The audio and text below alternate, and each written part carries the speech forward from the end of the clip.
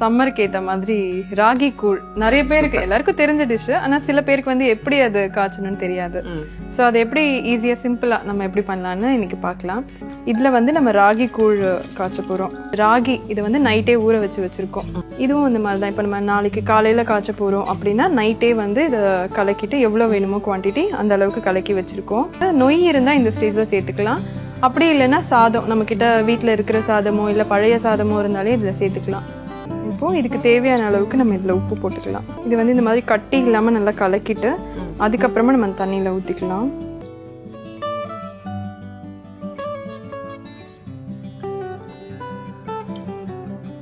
இதையும் கைவிடாம கொஞ்சம் கலரிட்டே இருக்கணும். So I think almost ஆமா ரெடி ஆயிடுச்சு. சேஞ்ச் ஆயிடுச்சு. அந்த கிளாஸி லுக் வந்த உடனே அது வெந்திருச்சுன்னு அர்த்தம். அதே மாதிரி தண்ணியில தொட்டுட்டு நம்ம லேசா அதை கை வச்சு பார்த்தோம்னா கையில ஒட்டாம வரணும்.